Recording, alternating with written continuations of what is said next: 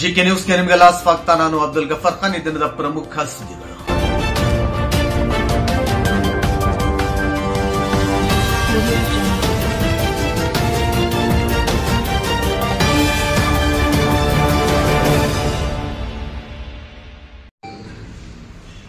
ಸರಿ ರಾಮಣ್ಣವ್ರೆ, ಭಾರತದ ಸಂವಿಧಾನದ ಶಿಲ್ಪಿ ಡಾಕ್ಟರ್ ಬಿ.ಆರ್. ಅಂಬೇಡ್ಕರ್ ಅವರ ಜನ್ಮದಿನದ ಅಂಗವಾಗಿ ಕೆಎಂಎಫ್ ರಾಜ್ಯ ಅಧ್ಯಕ್ಷರಾದಂಥ ಶ್ರೀ ಭೀಮನಾಯಕನವರ ಕಚೇರಿಯಲ್ಲಿ ಹಿಂದುಳಿದ ನಾಯಕ, ಶಿಕ್ಷಣದ ರೂವಾರಿ, ದೀನದಲಿತರ ಏಳಿಗೆಗಾಗಿ, ಅಖಂಡ ಭಾರತದ ಜನಗಳಿಗಾಗಿ ಏನು ಸಾವಿರಾರು ದಿನ ಕಷ್ಟಪಟ್ಟು ರಾತ್ರಿ ಹಗಲು ಎನ್ನದೆ ದೇಶದ ಉದ್ಧಾರಕ್ಕಾಗಿ, ದೇಶದ ಶಿಕ್ಷಣಕ್ಕಾಗಿ, ಎಲ್ಲರ ಸಲುವಾಗಿ ಏನು ಸಂವಿಧಾನವನ್ನು ರಚನೆ ಮಾಡಿದಂಥ ಡಾಕ್ಟರ್ ಬಿ.ಆರ್. ಅಂಬೇಡ್ಕರ್ ಅವರ ಜನ್ಮದಿನದ ಮೊಟ್ಟ ಮೊದಲನೇ ಬಾರಿಗೆ ಶುಭಾಶಯಗಳನ್ನು ಕೋರುತ್ತಾ, ಅದೇ ರೀತಿ ಡಾಕ್ಟರ್ ಬಿ.ಆರ್. ಅಂಬೇಡ್ಕರ್ ಅವರು ಮಹಾರಾಷ್ಟ್ರದ ಸಾಂಗ್ಲಿ ತಾಲೂಕಿನಲ್ಲಿ ಜನಿಸಿದ ಡಾಕ್ಟರ್ ಬಿ.ಆರ್. ಅಂಬೇಡ್ಕರ್ ಅವರು ಏನು ಕಡು ಬಡತನದಿಂದ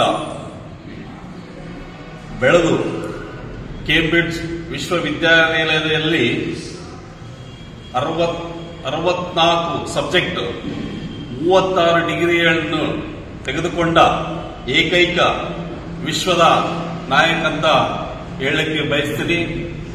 ಅದೇ ರೀತಿ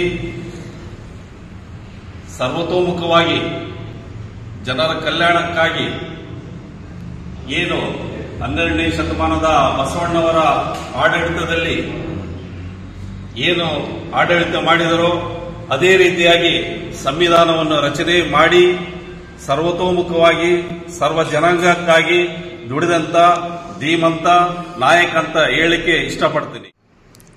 ಸರ್ ಹೇಳಿ ಸರ್, ಅಂಬೇಡ್ಕರ್ ಜಯಂತಿ ಅಲ್ವಾ, ಹೇಳಿ. ಸರ್ವರಿಗೂ ಮೊಟ್ಟ ಮೊದಲನೇದಾಗಿ ಅಂಬೇಡ್ಕರ್ ಜಯಂತಿಯ ಶುಭಾಶಯಗಳನ್ನು ಕೋರ್ತಾ, ಮಾನವತಾವಾದಿ ಸಂವಿಧಾನ ಶಿಲ್ಪಿ ಬಾಬಾ ಸಾಹೇಬ್ ಅಂಬೇಡ್ಕರ್ ಅವರು ಜನ್ಮದಿನ, ಈ ಜನ್ಮದಿನದ ಶುಭಾಶಯಗಳನ್ನು, ಇಂಥ ಅಂಬೇಡ್ಕರ್ ಚಿಂತನೆಗಳು ಶಾಶ್ವತವಾಗಿ ಲೋಕ ಕಲ್ಯಾಣಕ್ಕಾಗಿ ಉಳಿಲಿ, ಆ ಸಂವಿಧಾನದ ಉಳಿವಿಗೋಸ್ಕರ ನಾವೆಲ್ಲರೂ ಶ್ರಮಿಸೋಣ ಅನ್ನುವ ಆಶಯವನ್ನು ಮೊಟ್ಟ ಮೊದಲ ಬಾರಿಗೆ ತಿಳಿಸ್ತಾ, ಬಂಧುಗಳೇ, ಡಾಕ್ಟರ್ ಬಿ.ಆರ್. ಅಂಬೇಡ್ಕರ್ ಅವರು ಸಮಾಜದ ನಿರ್ಮಾತೃಗಳು. ಬಸವಣ್ಣವರ 12ನೇ ಶತಮಾನದ ಬಸವಣ್ಣವರ ಕಲ್ಪನೆ ಶ್ರಮಿಕ ವರ್ಗ ಸಮಾಜದ ನಿರ್ಮಾಣಕ್ಕಾಗಿ ಅತ್ಯಂತ ಶ್ರೇಷ್ಠ ಸಂವಿಧಾನವನ್ನು ಭಾರತಕ್ಕೆ ಅವರು ಕೊಟ್ಟರು. ಅದೇ ರೀತಿಯಲ್ಲಿ ಇವತ್ತಿನ ದಿನ ಭಾರತದ ಸಂವಿಧಾನ ವಿಶ್ವದ ಶ್ರೇಷ್ಠ ಸಂವಿಧಾನಗಳಲ್ಲಿ ಒಂದು.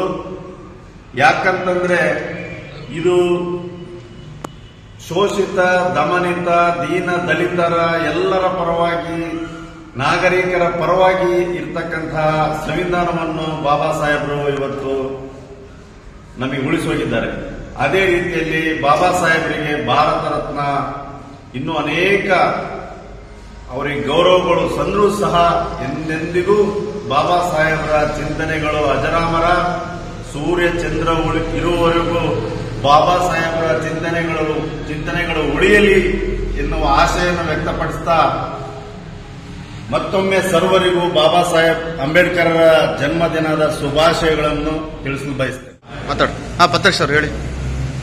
ಸಂವಿಧಾನ ಶಿಲ್ಪಿ ಅಂಬೇಡ್ಕರ್ ಅವರು ನಮ್ಮ ಭಾರತದ ಸಂವಿಧಾನ ಕರಡು ಸಮಿತಿ ಅಧ್ಯಕ್ಷರಾಗಿ ಸುಮಾರು 150ಕ್ಕೂ ಹೆಚ್ಚು ದೇಶಗಳ ಸಂವಿಧಾನವನ್ನು ಅಧ್ಯಯನ ಮಾಡಿ ಇವತ್ತು ಭಾರತ ದೇಶದ ಬಹುಧರ್ಮ, ಬಹುಜಾತಿ ಮತ್ತು ಬಹುಭಾಷೆಯ ಸಂಸ್ಕೃತಿ ಇರುವಂತಹ ಈ ದೇಶದ ಎಲ್ಲರೂ ಒಪ್ಪುವಂತಹ ಒಂದು ವಿಶಿಷ್ಟವಾದಂತಹ ಸಂವಿಧಾನವನ್ನ ರಚನೆ ಮಾಡಿದ್ದಾರೆ. ಜಾತಿ ರಹಿತ, ವರ್ಗ ರಹಿತ, ಶೋಷಣೆ ರಹಿತ ಸಮಾಜವನ್ನು ಕಟ್ಟುವಂತಹ ಒಂದು ಗುರಿ ಇಟ್ಟುಕೊಂಡು ಇವತ್ತೇನು ಸಂವಿಧಾನ ರಚನೆ ಮಾಡಿದ್ದಾರೆ.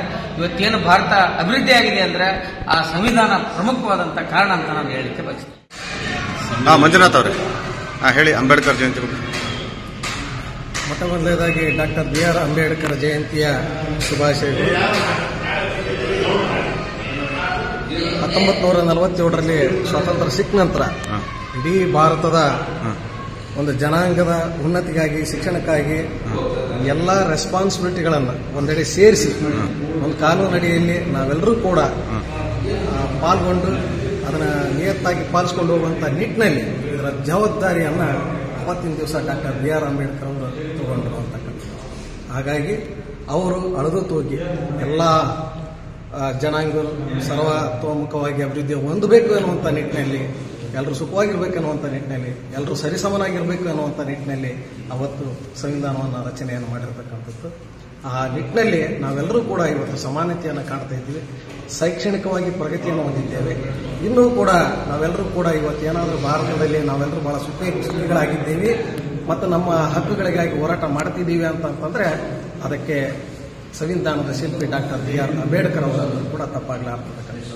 ಹಾಗಾಗಿ ದೇಶದ ಭವಿಷ್ಯ ಅಂತಂದ್ರೆ ಡಾಕ್ಟರ್ BR ಅಂಬೇಡ್ಕರ್. ಈ ನಿಟ್ಟಿನಲ್ಲಿ ಅವರ ನೆನೆಸ್ತಕ್ಕಂಥದ್ದು ನಮ್ಮೆಲ್ಲರಿಗೂ ಕೂಡ ಹೆಮ್ಮೆ. ಮತ್ತೊಮ್ಮೆ ತಮ್ಮೆಲ್ಲರಿಗೂ ಶುಭಾಶಯಗಳು. ಹೇಳಿ, ಡಾಕ್ಟರ್ ಅಂಬೇಡ್ಕರ್ ಜಯಂತಿಗೆ ಶುಭಾಶಯಗಳು ಕೋರ್ತಾ ಒಂದು 2 ಮಾತು.